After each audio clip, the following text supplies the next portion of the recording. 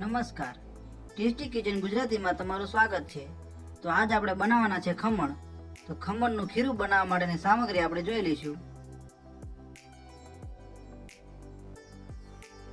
જેમાં બેસનનો લોટ છે 400 ગ્રામ,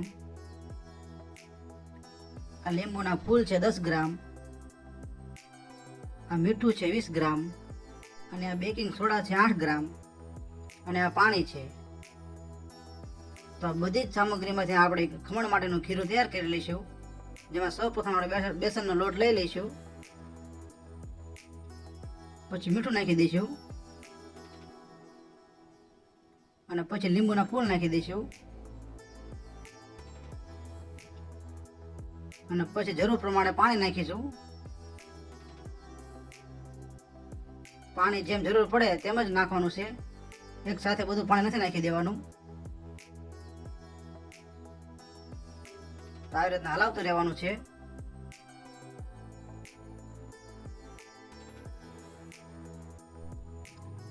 આ બેસનની બધી જ ગોળીઓ ભાંગી જાય પછી આપણે સોડા નાખીશું। સોડાને હારે નથી નાખવાના। તો આવી રીતના મિક્સ કરતું રહેવાનું છે અને પાણી નાખતું રહેવાનું છે। પાણી જરૂર પ્રમાણે જ નાખવાનું છે।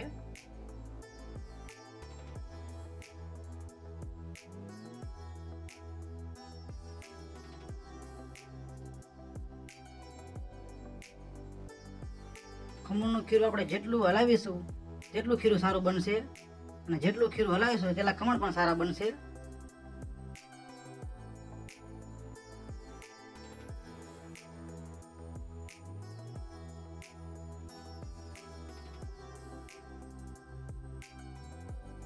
તારે થોડું થોડું પાણી ઉમેરતી રહેવાનું છે।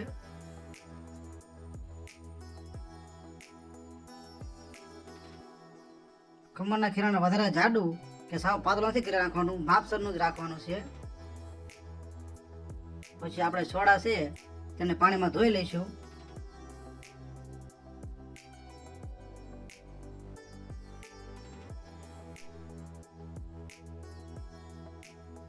તો હવે સોડા નાખ્યા પછી સારી રીતે હલાવી લેવાનું છે। પરફેક્ટ ખમણ બનાવવા માટે વિડીયોને પૂરેપૂરો જોજો, સ્કીપ ના કરતા।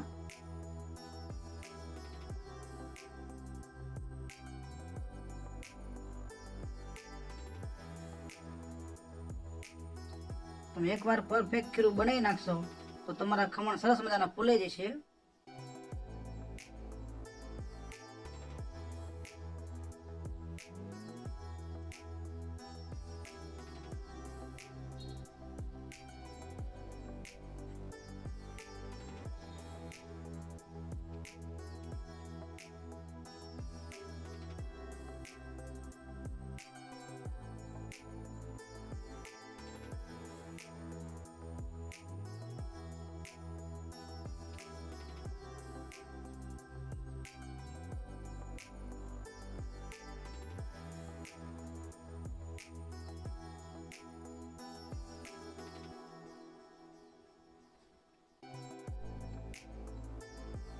તો આપણું ખીરું પરફેક્ટ બની ગયું છે, જેને હવે આપણે બાફવા મૂકી દઈશું। તો બાફવા માટે આપણે આવી રીતના મોટું તપેલું લઈ લીધું છે, જેમાં પાણી નાખી દઈશું।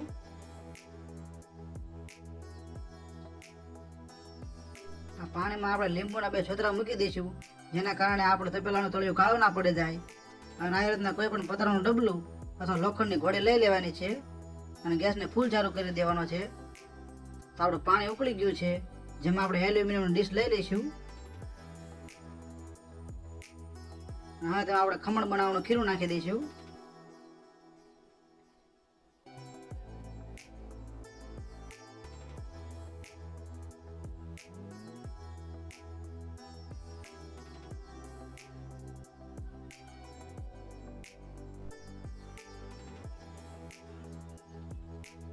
અને હવે આપણે તપેલાને ઢાંકી દઈશું। 30 મિનિટ માટે આપણે ઢાંકી દઈશું, અને ઢાંકીને ઉપર કોઈ પણ વજનદાર વસ્તુ મૂકી દેવાની છે આવી રીતના। તો આ ખમણ આપણે 30 મિનિટ થાય એટલી વારમાં આપણે ખમણમાં ખાવા માટેને કઢી બનાવી લઈશું। તો કઢી બનાવવા માટે આપણે બેસનનો લોટ લઈ લીધો છે, જેમાં થોડી ખાંડ નાખી દઈશું, અને સ્વાદ પ્રમાણે મીઠું નાખી દઈશું અને થોડા લીંબુના ફૂલ નાખી દઈશું અને થોડી હળદર નાખી દઈશું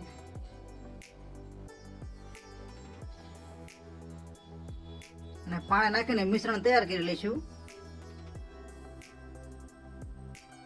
એક પણ ગોળે ના રહે તે રીતે ઓગાળી નાખવાનો છે આ લોટ.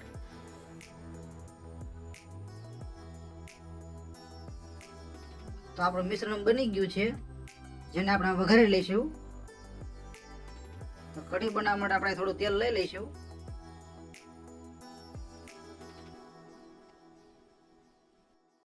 તો આપણું તેલ ગરમ થઈ ગયું છે, જેમાં સૌ પ્રથમ આપણે થોડી રાઈ નાખી દઈશું. આ બધી જ રાઈ ફૂટી જાય પછી તેમાં થોડી હિંગ નાખી દેવાની છે. તો આપણે રાઈ ફૂટી ગઈ છે, જેમાં આપણે થોડી હિંગ નાખી દઈશું.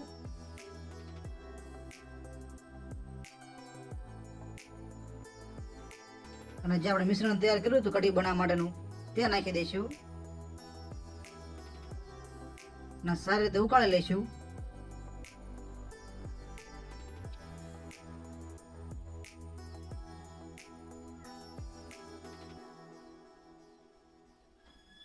એક થી બે ઉભરાઈ જાય ત્યાં સુધી ઉકાળી લેવાની છે.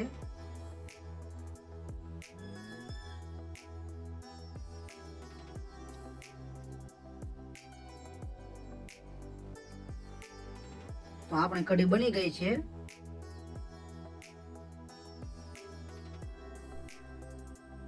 તો આપણે ખમણમાં ખાવા માટેની કઢી તૈયાર થઈ ગઈ છે અને આપણે ખમણને પણ 30 મિનિટ થઈ ગઈ છે. તો હવે તેને ખોલી લઈશું.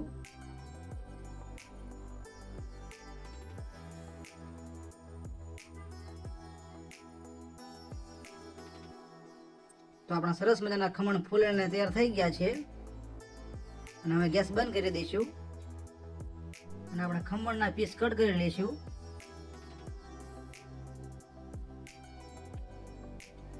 તો આવી રીતના કટ કરી લેવાના છે.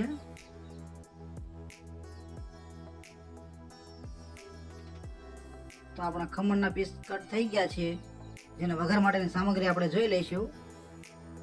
તો વઘાર માટેની સામગ્રીમાં આપણે લીલા ધાણા છે, આ લીલા મરચાં છે, આ ખાંડ છે 150 ગ્રામ, આ રાઈ છે અને આ હિંગ છે અને આ પાણી છે.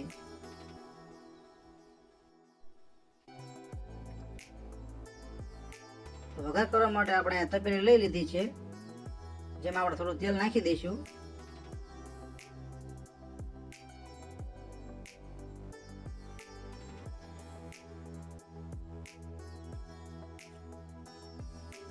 અને ગેસ ચાલુ કરી લઈશું.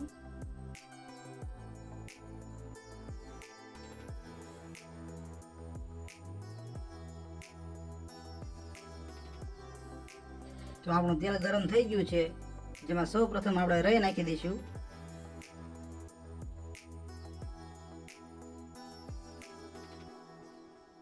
અને પછી થોડી હિંગ નાખી દઈશું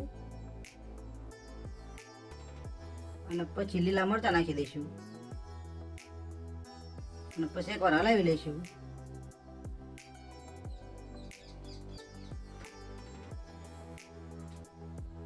અને હવે તેમાં પાણી નાખી દઈશું.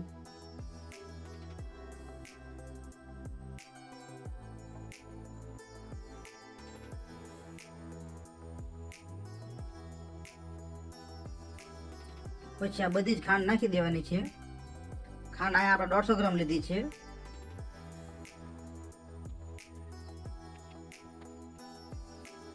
તો સારી રીતે ઉકળવા દઈશું. તો આપણો વઘાર સારી રીતે ઉકળી ગયો છે.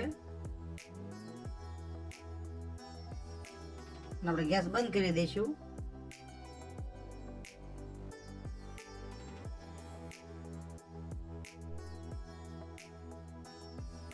તો હવે ધીમે ધીમે આપણે વઘાર ખમણ ઉપર નાખીશું.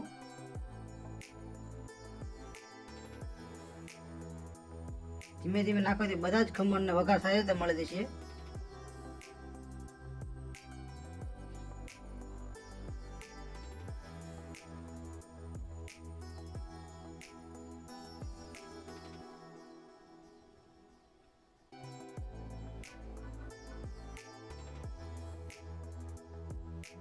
ઉપર થોડા ધાણા નાખી દઈશું.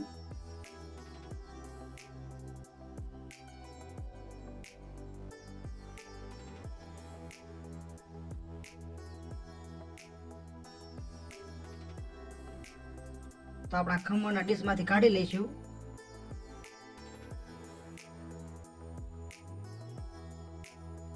આવી રીતના કાઢી નાખવાના છે.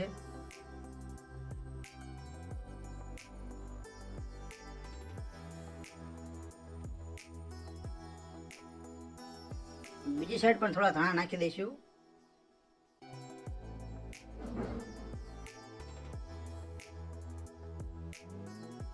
તો આપણા સરસ મજાના ખમણ બનીને તૈયાર થઈ ગયા છે.